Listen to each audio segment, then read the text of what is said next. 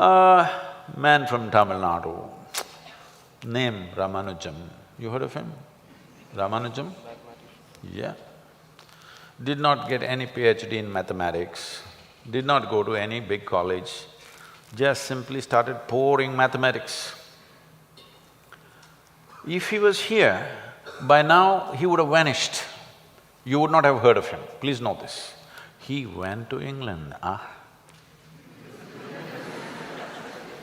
That's the thing He went to England and there they were flabbergasted. How does this mathematics come? From where? Well, a whole lot of things he himself could not explain, but the mathematics that he wrote down in his notebooks in 1908 got endorsed somewhere in 1994 or 96, saying that this math that he's talking about is the backbone for proving that there are black holes. I want you to understand, in 1908, there was no concept of black hole in the scientific community.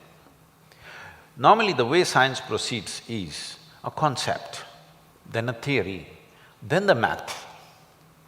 But this man just poured out math for which there is no concept, there is no theory, there is no idea of that in anybody's mind, but he writes the mathematics for that.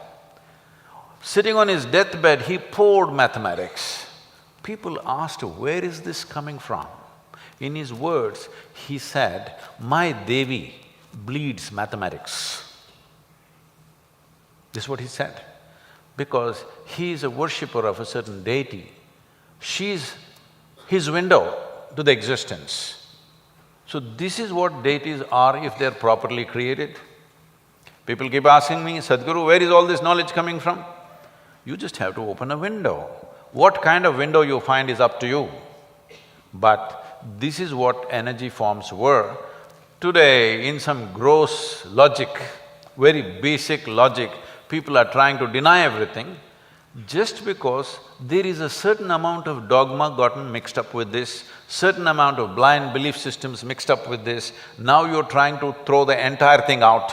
This will be the dumbest thing to do, because the strength of this culture, the intellectual development of this culture and the achievements of this culture essentially depended on this, that we learn to open windows into cosmic space and know knowledge, not by book, not by learning, simply by sheer perception.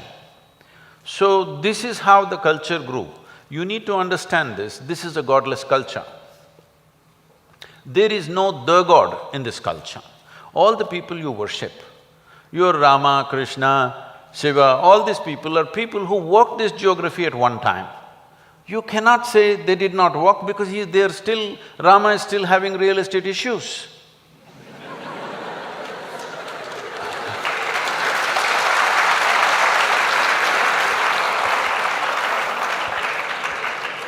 And all of them, they did not fall from the sky, they did not appear somewhere. No, they were normal birth for their mothers, they grew up, they went to the trials and tribulations of life, more drama than what happens in your lives, all kinds of struggles. But the reason why we worship them is not because they were perfect human beings, they had all the troubles.